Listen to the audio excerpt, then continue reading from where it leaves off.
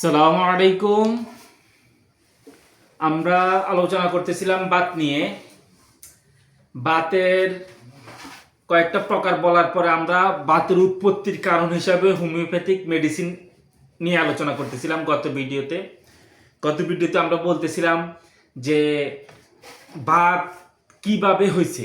বাত যেই রকমের বাতই হোক, বাতের প্রকার যত রকম প্রকারে হোক, কিন্তু যদি আমাদের উৎপত্তির কারণ যদি ঠিক থাকে আর উৎপত্তির কারণ হিসেবে যদি আমরা ওষুধ দিতে পারি, তাহলে আমরা শুধু এই কারণটা দিয়েও অনেক পরিমাণের বাই 50 বা 50-র চেয়ে বেশি পার্সেন্ট বা এই শুধু কারণ হিসেবে ওষুধ দিয়ে আরোগ্য করতে পারি।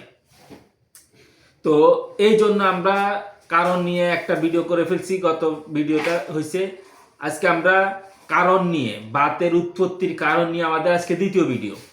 এই ভিডিও পরিচালনা করতেছি আমি doctor Naimul Kibria, BHMS Bangladesh homeopathic medical college, DHMS রোকেয়ান ইসলাম হোমিওপ্যাথিক মেডিকেল কলেজ, উচ্চতর প্রশিক্ষণপ্রাপ্ত গর্ভ ও গর্ভবতী মায়ের পরিচর্যা। সাথে সাথে কেউ যদি চায় আমাদের থেকে চিকিৎসা নিতে পারে। আমাদের অনলাইন অফলাইনে চিকিৎসার ব্যবস্থা আছে।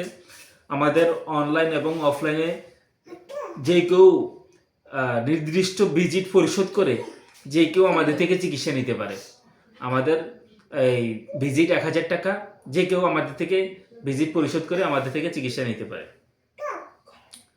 তো এই পর্যায়ে আমরা যে বিষয়টা বলবো সেটা হচ্ছে, যদি যদি কারোর এমন হয় যে পেশিতে আঘাত লাগছে, এই পেশি, রানের পেশি বা যে কোনো পেশিতে আঘাত লাগছে, আঘাতের পরে যদি আঘাতের কারণে যদি বাতে আক্রমণ করে, ওই আঘাতের পর থেকে বাতে আক্রমণ করে এবং এটা খুব টাটানি ব্যথা হয় এবং এই বাতটা যদি আঘাতের পর থেকে শুরু হয়, তাহলে আমরা এখানে বেলিস ফার্নিস মেডিসিনটার কথা চিন্তা করি। এই বেলিস ফার্নিস আমরা পেশির আঘাতের কারণে বাত হইলে আমরা বেলিস ফার্নিস মেডিসিনটা প্রয়োগ করব। এরপর আমরা দেখি পেশি যদি কারোর এমন হয় যে আঘাতের ইতিহাস সহ, মানে সে কোনো একটা সময় খুব আঘাত পাইছিল, অ্যাক্সিডেন্ট হয়েছিল বা যে বাগানে পড়ে গেছিল, এরকম একটা ইতিহাস থাকার পরে আমরা দেখি যে তার গিটে টাটানি ব্যথা, মানে এই তার গিরার মধ্যে প্রতিটা গিরায় ব্যথা, এই গিরাতে এই ব্যথাটা একটা রকম খিচানো ব্যথার মতো, টাটানি ব্যথা যেটাকে বলে আর কি। এই টাটানি ব্যথা থাকে যদি গিরায় এবং আঘাতের ইতিহাস থাকে, তখনও আমরা বেলিস্পারের কথা চিন্তা করতে পারি। যদি আমাদের অন্য কোনো ওষুধে যদি আমরা আশানুরূপ ফল না পাই, তখন আমরা বেলিস্পারের কথা চিন্তা করতে হবে।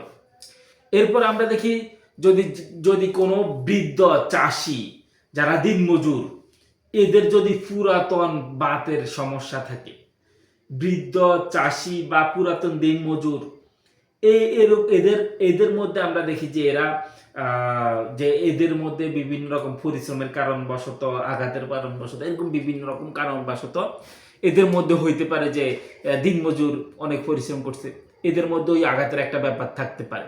এই জন্য এদেরকেও আমরা যদি অন্য কোনো ওষুধের বা অন্য কোনো লক্ষণের যদি আমাদের ওরকম প্রায়োরিটি না পাই, তাহলে আমরা বেলিস্পায়ারকে চিন্তা করব। বেলিস্পায়ারের লক্ষণগুলো আছে কিনা একটু চিন্তা করব। এরপর আমরা বলি, যদি কারোর এমন হয় যে এটা মহিলাদের হইতে পারে সবচেয়ে বেশি, এছাড়াও পুরুষেরও হইতে পারে, বিভিন্ন স্রাব চাপা পড়ার পর থেকে যদি কারোর বাতের উৎপত্তি হয় এবং এদের দেখা যায় যে আপনি যখন এদেরকে বাতের ওষুধ দিবেন, লক্ষণ হিসেবে যদি বাতের ওষুধ দেন, তখন এদের কিন্তু স্রাব প্রকাশ পাবে, এদের স্রাবটা চালু হয়ে যাবে।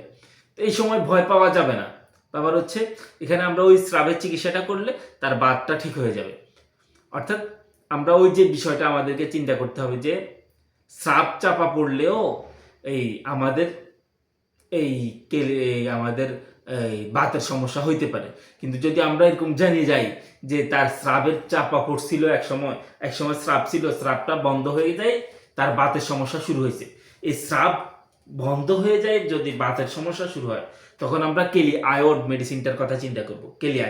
ক্যারিয়ারে স্রাব চাপা পড়ার পরে বাতের সমস্যা দেখা যায়। এরপরে আমরা দেখি যদি কারোর গনোরিয়া চাপা পড়ে। গনোরিয়া হচ্ছে একটা যৌনবাহী রোগ। এই গনোরিয়া চাপা পড়লে এই যদি তার এই গনোরিয়া চাপা পড়ে ব্যথাটা, বাতের ব্যথাটা এমন হয় যে এত স্পর্শকাতর হয় যে সে তার গায়ে বা আক্রান্ত স্থানে মাছি মশা পড়াও সে সহ্য করতে পারে না, এতটা ব্যথা, এতটা স্পর্শকাতর থাকে। তো এরকম স্পর্শকাতর এতটা ব্যথা নিয়ে যদি কারোর বাতের সমস্যা থাকে, তখন আমরা তাদের জন্য হিপাসালফ মেডিসিনটার কথা চিন্তা করবো। হিপাসালফ স্পর্শকাতর, এত স্পর্শকাতর এবং গনোরিয়া চাপা পড়ার বাত, তখন আমরা হিপাসালফের কথা চিন্তা করি। তো আমরা আজকে উৎপত্তি হিসাবে আমাদের কমন যে ওষুধগুলার কথা আমরা চিন্তা করি, এগুলা নিয়ে আলোচনা করছি। পরবর্তীতে আমরা বৈশিষ্ট্য হিসাবে বাতের কি কি ওষুধ হইতে পারে, কেমন সমাধান দেওয়া যায়, এ নিয়ে আলোচনা করব। আজকের মতো আমরা এখানে বিদায় নিচ্ছি।